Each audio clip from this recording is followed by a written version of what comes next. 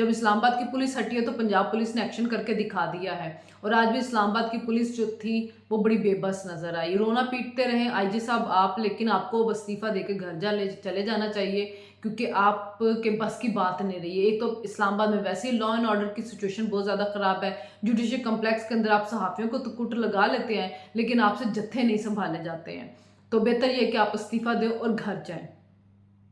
اور خان صاحب جو تھے وہ ڈرتے ڈرتے آ رہے تھے، ڈرتے ڈرتے میسیج دے رہے تھے کہ میں آ رہا ہوں، مجھے گرفتار کر لیں گے، مجھے گرفتاری کا خطرہ، میں پھر بھی، اور گاڑی سے نہیں نکلے ہیں۔ اتنا ڈرپوک لیڈر، بزدل لیڈر میں نے اپنی زندگی میں نہیں دیکھا۔ ایک شاید ڈونلڈ ٹرمپ ہوں گے جی، ڈونلڈ ٹرمپ کی بھی توشہ خانہ کے جو ہے نا کیسز چل رہے ہیں کہ وہ ان کی بیوی توشہ خانہ کے گفٹس گھر لے گئی ہیں، جمع نہیں کروائے، تو ان کو بھی گرفتاری کا حادثہ ہو رہا ہے، تو انہوں نے بھی اپنے سپورٹوں کا کہ نکل آؤ، میں نکل آؤ۔ میں اب دیکھوں گی کہ جو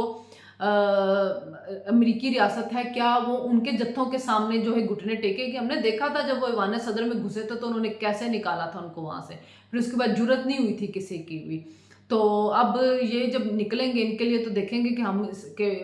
پولیس کیا کرتی ہے پھر ان کے ساتھ، اور وہاں پہ کیسے کنٹرول کر لے، کیونکہ ہم نے فرانس میں تو دیکھا جب نکل رہا ہے ہجوم اس کے لیے، تو پھر ہجوم کے ساتھ کیا ہو رہا ہے۔ اور باتیں ہوتی ہیں امریکہ کے قانون کی، برطانیہ کے قانون کی، تو ملائکہ بخاری جو آج ایک پولیس والے کے ساتھ بدتمیزی کر رہی تھی، تو کیا برطانیہ میں ایسا ہو سکتا ہے؟ برطانیہ میں ہم نے دیکھا ہے جو پاکستانی اچھل رہے کود رہے تھے، جیسے پولیس والا آتا ہے تو چوں چوں چوں چوں کرنا شروع کر دیتے۔ ہم نے تو الطاف حسین جیسے کو ان کے سامنے بھیگی بلی بنتے دیکھا تھا، وہ اس لیے کہ ان کو پتہ ہے کہ وہاں کی پولیس جو ہے نا وہ ڈنڈا اپنے پاس رکھتی ہے، نہ بندوق رکھتی ہے، لیکن اس کی دہشت بہت زیادہ ہوتی ہے، اور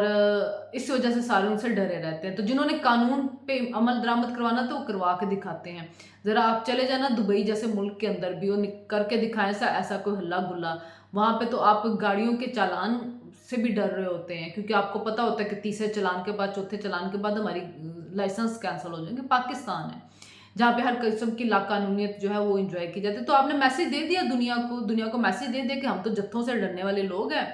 اور طالبان بھی ہم پہ حاوی ہو سکتے ہیں، بلکہ طالبان چھوڑے، مجھے تو لگتا ہے کسی دن لشکر جنگوی والے بھی آپ کے اوپر، لشکر طیبہ والے بھی آپ کے اوپر آئیں گے، حاوی ہو کے چلے جائیں گے، اور ریاست بے بسی سے اپنا تماشا دیکھتے رہے گی۔ اسی ریاست کو ہم نے بڑا فنحان بنتے دیکھا تھا جب احسن اقبال وزیر داخلہ تھے اور انہوں نے عدالت کے اندر جانا تھا۔ تو یا تو آپ مان لیں کہ جو ہے وہ آئین قانون سب سے بالا تر ہے، تو پھر ٹھیک ہے، اس کے بعد جو عدالتیں انہوں نے جو انصاف کا ریلیف پیکج شروع کیا وہ دیتے رہیں جی، دیتے رہیں، اور 140ویں نمبر پہ ایسے میں سے 138ویں نمبر پہ آپ ایسے تو نہیں آ جاتے ہیں۔ یہاں پہ غریب رول رہا ہوتا ہے انصاف کے لیے، لوگوں پیشوں کے لیے رول رہے ہوتے ہیں، لیکن صرف خان صاحب کی جو سنی جائیں گی، وہ صبح پٹیشن دائر کرے گا تو دوپہر کو سنی جائے گی، دوپہر کو کرے گا شام کو سنی جائے گی، شام کو کرے گا تو رات کو سنی گی، رات کو ڈالے گا تو صبح فجر کے فوراً بعد اس کی پٹیشن سنی جائے گی، اور ایک ہی کیس میں بار بار سنی جائے گی، اور اس کو ریلیف دیتا جائے گا، ابھی بھی تمہیں ضمانت، اس میں بھی تمہیں ضمانت۔ تو ٹھیک ہے، وہ عدالتوں کے گیٹ آ کے توڑے اور اس کے بعد عدالتوں کے اوپر حملہ کرے، کل کو ججز کے اوپر بھی حملہ کریں گے، ان کے موقع تو ضرور ان کو شاباش دیجیے گا، تھپکی دیجیے گا کہ بڑا جرت مندانہ کام کیا آپ نے ججوں کے اوپر اٹیک کر کے، تو ہم آپ کے ساتھ ہیں۔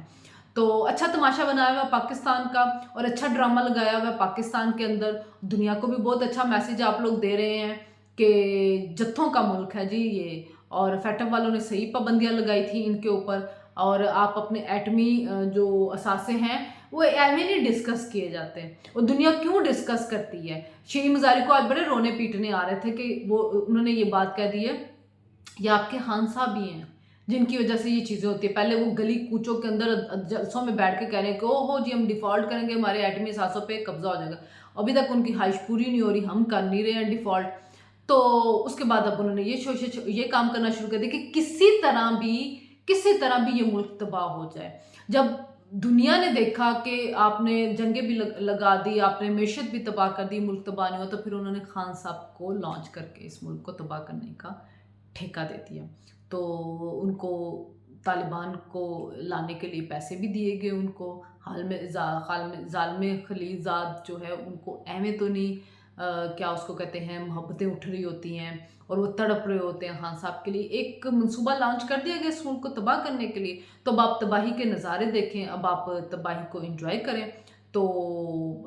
بڑی اچھی بات ہے۔ جو تماشے ہو رہے ہیں تو یہ تماشے چلتے رہیں گے، اور خان صاحب کا اقبال بلند رہے، آپ سب ان کے چرنوں کو چھوئیں اور دوبارہ سے ان کو اقتدار پہ بٹھا دیں، کیونکہ جتھوں سے تو آپ نے ہار مان لی ہے۔ آج تو یہی کچھ کہوں گی، اس سے زیادہ کیا کہیں جی آپ کو۔ اللہ حافظ۔